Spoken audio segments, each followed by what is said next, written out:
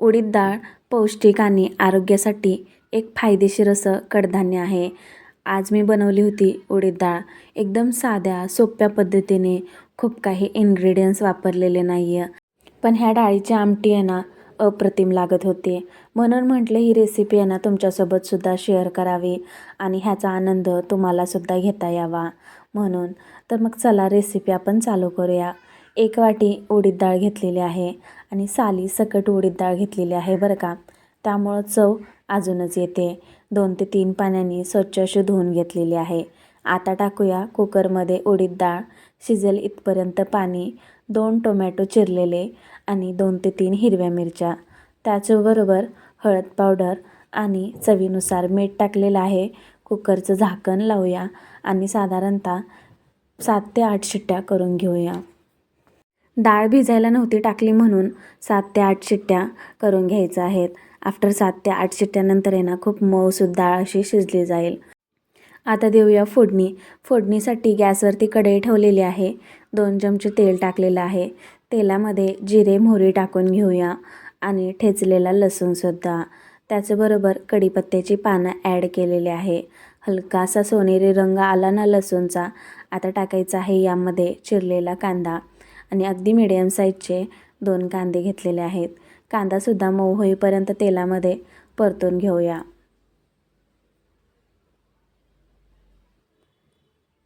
कांदा परतला ना की यामध्ये टाकायचं आहे हिरव्या मिरचीचं वाटण.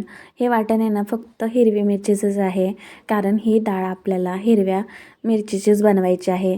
तर यासाठी हिरव्या मिरचीचं वाटण बनवलेलं आहे. अगदी 1 ते 1.5 चमचा असं हिरवी मिरची बारीक करून यामध्ये टाकलेली आहे. एखाद मिनिटभर परतून घेऊया.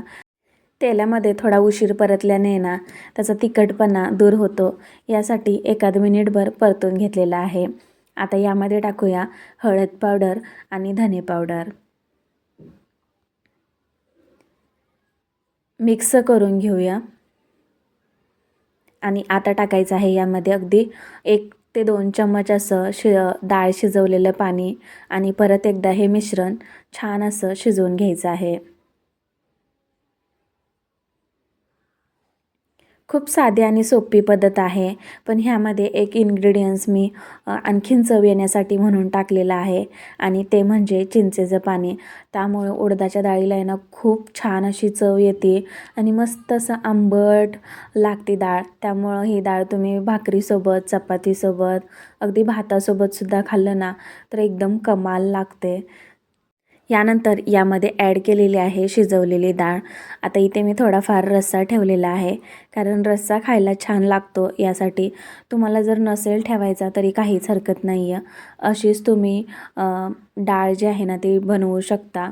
चवीनुसार मीठ टाकलेलं आहे आणि आता टाकूया यामध्ये सर्वात महत्त्वाचा घटक, ज्याने उडीद डाळीला खूप छान अशी चव येते, तो म्हणजे चिंचेचं पाणी.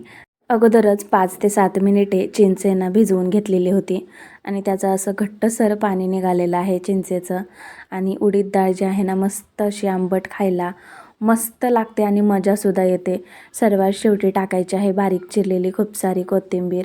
आवडल्यास एक लाईक नक्की करा. भेटूया पुढच्या रेसिपीसोबत. धन्यवाद.